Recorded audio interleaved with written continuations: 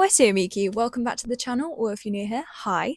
My name is Sabrina. I am a recent classics graduate at the University of Oxford, so if you're a massive classics nerd like me, or maybe someone who's potentially interested in applying to classics at Oxford, or just curious about my university experience in general, then feel free to hit the subscribe button down below and join me on my academic journey. In this week's video, I'm going to be doing a bit of a deep dive and analysis into Virgil's Aeneid, specifically Aeneid Book 2, because there are quite a few of you out there who might be watching this who are current year 13s revising for your Latin A-level exams, for which Aeneid Book 2 is part of the verse prescription, or maybe you are in year 12 doing your mocks, or maybe you're doing classical civilization, or maybe you're just doing the exams elsewhere or just reading the Aeneid in your own spare time. Regardless of where you're coming from, hopefully this video will be a useful resource to get your teeth stuck into the analysis of Virgil's work, because he honestly is a literary master. Every time you read him, there is a new intertextual reference, a new Easter egg that you haven't discovered before.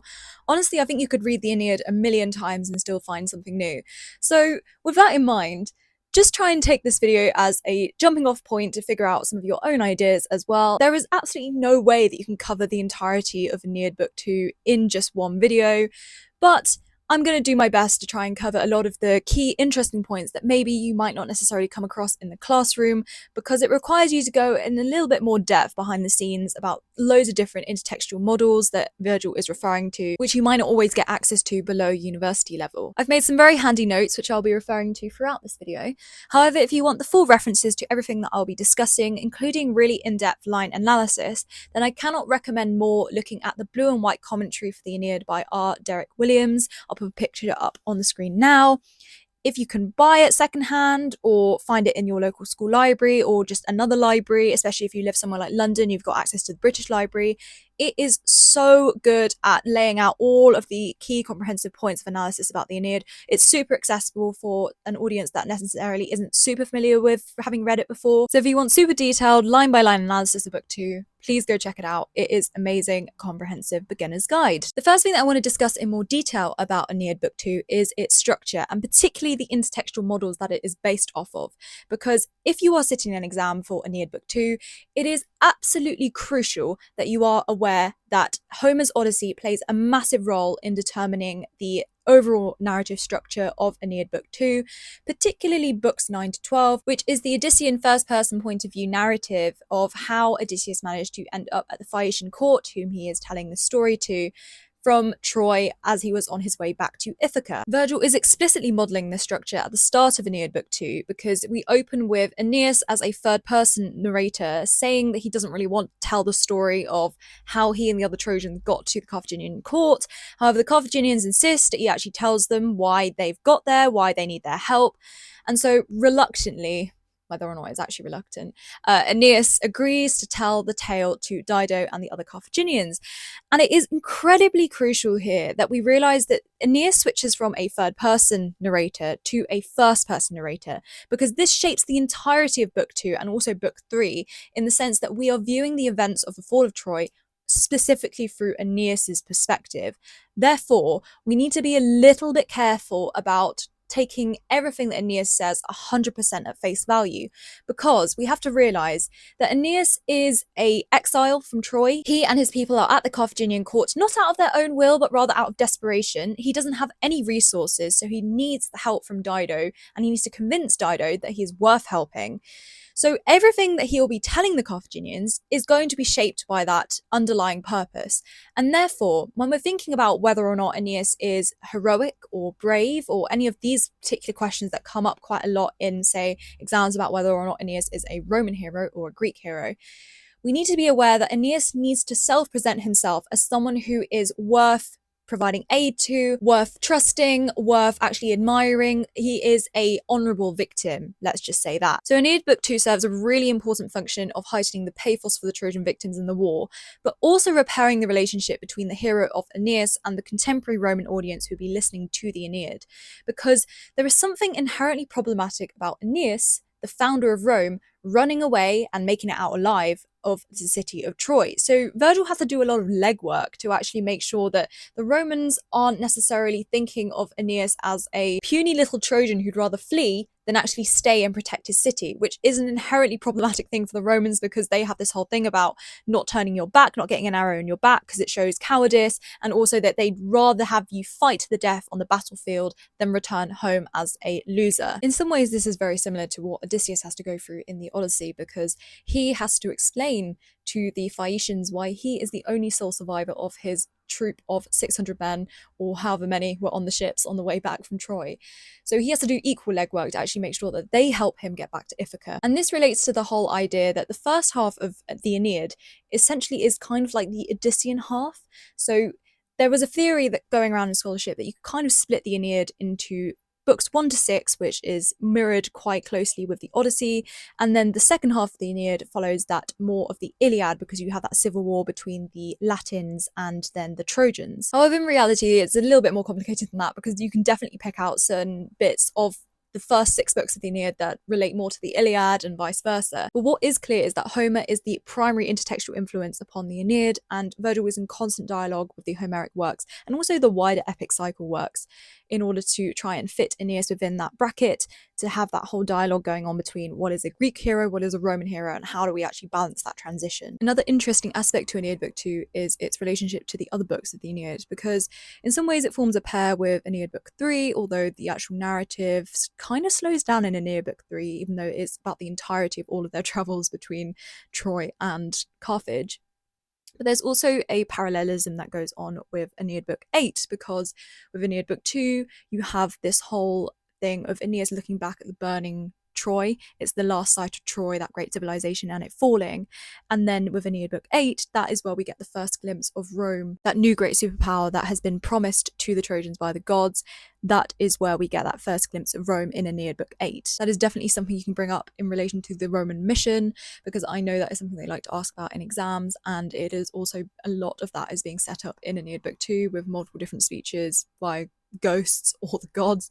Hector's ghost is essentially a mouthpiece for the prophecy of Rome that is going to be coming in the future. So you can talk about that in structural terms as well. But aside from all of that, Aeneid Book 2 also has a lot of formal resemblances to Greek tragedies, and specifically the ones from the 5th century BCE, so by Euripides and Sophocles. Virgil appears to draw a lot on these plays because you can kind of think of Aeneas' speech a lot like one of the messenger speeches that occurs in a Greek tragedy, especially when he is recounting the tales of the violence, the pure violence that goes down during the fall of Troy, Priam's death at the altar, etc., etc. The action isn't necessarily happening right there, right then, because he's recounting the story to a Carthaginian audience, but nevertheless, we still hear the vividness of the language. We feel like we're there in that moment with him. Laocoon's speech, as he's trying to dissuade the Trojans from taking in the Trojan horse into the city, can also be viewed much like a messenger speak in Greek tragedy. Then you also have the invocations and the self-conscious reflections of the poet / Aeneas' voice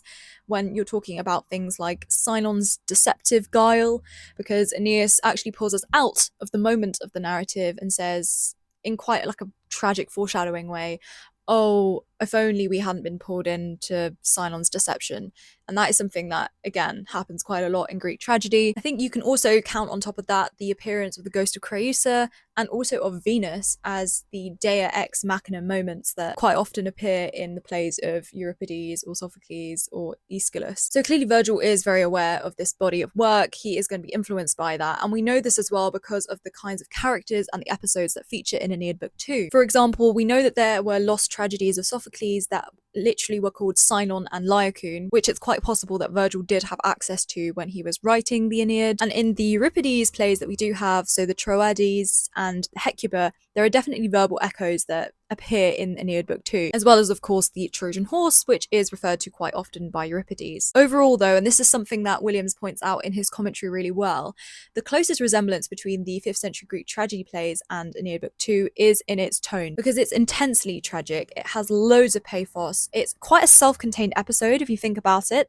You've got the preamble to the fall of Troy, then you have the fall of Troy, and then you have Aeneas and his group of refugees leaving Troy. So there's a clear arc happening in terms of the the climax of the action at the palace with Priam's death at the altar, slipping over in the blood of Polites, his son, and then at the end with Aeneas finally accepting his mission and moving on to a new chapter, which will be his travels to Italy in Aeneid Book 3. Those were some of the key structural points that I think it's worth bearing in mind when you're considering Aeneid Book 2, especially for an exam, because scholars love intertextuality. And I am going to move on to talk more about intertextuality, specifically the sources for Aeneas, the myth of Aeneas, and how Virgil has adapted that for the Aeneid, because that is also important to know. And the reason why there is actually such value in intertextuality is because it lets us think about actually how a author has adapted a previous bit of source material in a new and interesting way, what that says about them, what it says about the message that they're trying to get across, and what we can actually do for often is work backwards and think about, okay, what were the previous sources available like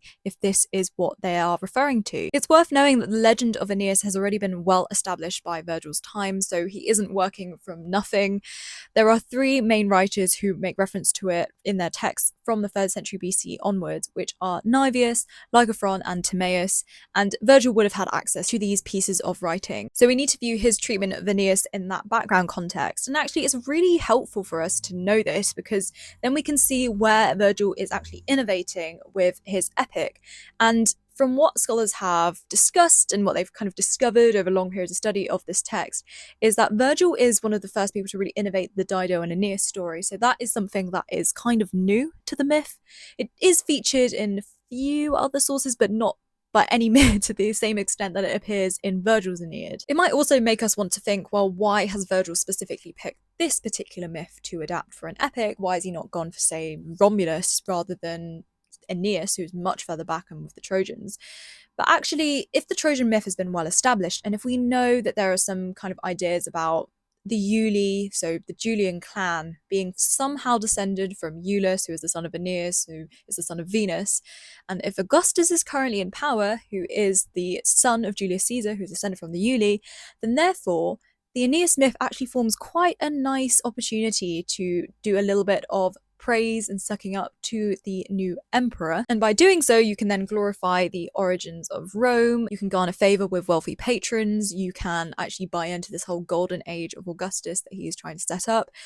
But then there are definitely parts to the Aeneid that make it seem like this isn't necessarily just one big propaganda piece for Augustus. There are definitely underlying problematic tensions within the text that make it pretty much impossible to read it purely as that. And I'm going to run through some of them now because I think they link to the wider themes of the Aeneid, which are also brought up and established in Aeneid Book 2. That is kind of one of the main purposes of Aeneid Book 2, is to set up the Roman mission in much more detail, because Aeneid Book 1 has kind of introduced us to Aeneas, the Trojans fleeing from Troy, the Carthaginian queen, the court, and Aeneid Book 2 really elaborates on why the Trojans are even in the Carthaginian court in the first place and why they have fled from Troy rather than just stay and die there. So the first tension that Williams points out in his commentary is the tension between pathos of human suffering and also that of Rome's greatness, and whether or not Rome's greatness relies on the fact that a lot of suffering has to come out of it first.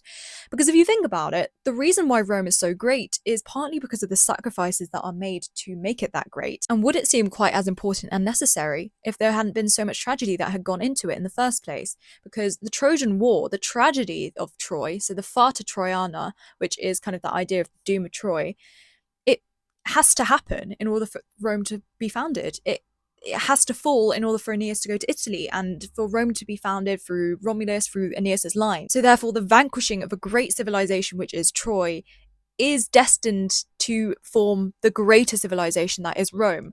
And that is something that the Romans would have been very proud of in terms of their legacy, that they are somehow descended from the Trojans and that they have come out of this great Homeric history. And if you also put that in the context of Virgil's own contemporary times, of him having lived through this horrendous civil war in Rome, with the fall of the late Republic, firstly with the first civil wars between Pompey and Caesar, and then followed by Mark Antony and Octavian/Augustus, you can see how psychologically the Romans almost need to believe that there is a greater purpose to all of that suffering, because otherwise the devastating reality would be too much. The idea that Rome's civil war and all of the destruction, all of the deaths that it caused to its own citizens just happened because of a fluke reason would be almost unlivable with. And so you can see why the whole propaganda campaign around Augustus's life, with the golden age of Rome being brought back after he comes to power, is really bought into by people who were contemporary to him, including Virgil. Even if Virgil doesn't necessarily agree with everything that Augustus does, you can see why he would want to believe that there is a greater purpose to all of the civil wars, that it is there to establish the new golden age of Rome. The second tension that Williams highlights is the one between Aeneas and the Roman world that he needs to found.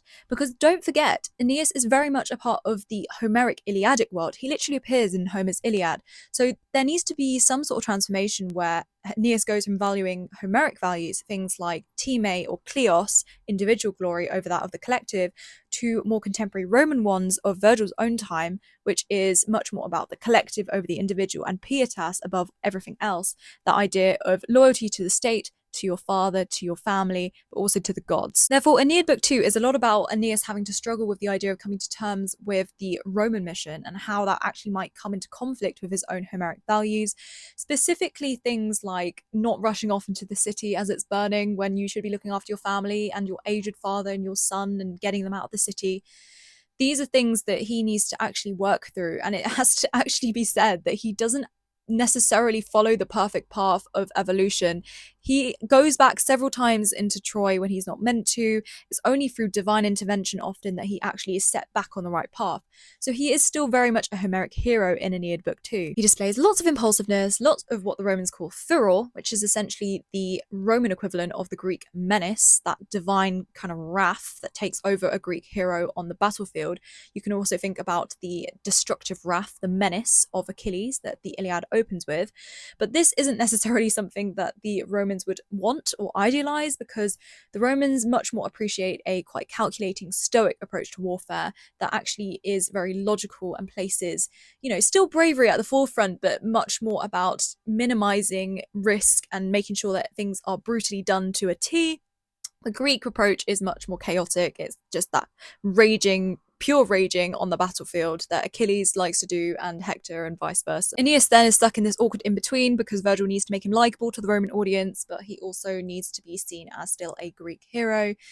He is still in the process of evolving in Book 2. He is not yet a Roman hero at this point. So if you get a question about this in your exam, I think it's probably quite a wise thing to say that he isn't necessarily 100% Roman, but there are elements that are starting to come through. Things like his social consciousness about his family, and also his duty to the gods and to the state, the fact that he does pick up his household gods and take them out of the city to protect them, the fact that he does actually eventually listen to Venus's words and the words of the ghost of Creusa and all those other divine interventions that tell him that he needs to leave Troy. Nevertheless, some key moments in Aeneid Book 2 where you might want to discuss Aeneas demonstrating furor rather problematically to the Romans could include when he attempts to kill Helen, as soon as he's seen Priam being slaughtered at the altar in the palace of Troy by Pyrrhus/Neoptolemus. That is an episode that is deeply problematic to the Romans because, firstly, killing women is always seen as something a bit weak and a bit cowardly. But secondly, when you are killing a woman instead of actually going onto the battlefield and killing other men, then you could be committing a pretty grave sin. And Venus actually has to come down and intervene in order to get Aeneas not to kill Helen. So by his own self-admission, that it's not a great look for Aeneas. And actually, it's such a bad look to the point that some people think that this is not actually Virgil's own writing. This is a bit of writing that got put in much later, because they couldn't quite believe that Aeneas would actually do this, or even say that he did this to the Carthaginian court. Other times when he demonstrates furor include when Anchises refuses to leave the city for the first time because he wants to basically die in his homeland. Aeneas is filled with despair because out of pietas he doesn't want to override his dad, but it really is not the greatest thing to do is to stay in Troy. But what he decides to do, instead of protecting his family and his house, is just to rush on a mad suicide mission back into the city, and has to be literally told by his mother Venus that there's no point in defending Troy because all of the gods are behind its destruction. She has to lift the veil from his eyes in order for him to see that it's pointless. I mean, if you're looking at this from a cynical perspective, you can think, okay, is this Aeneas just trying to cover his back about being deemed a coward for leaving Troy? He's just making this up about the veil being lifted from his eyes, but who knows?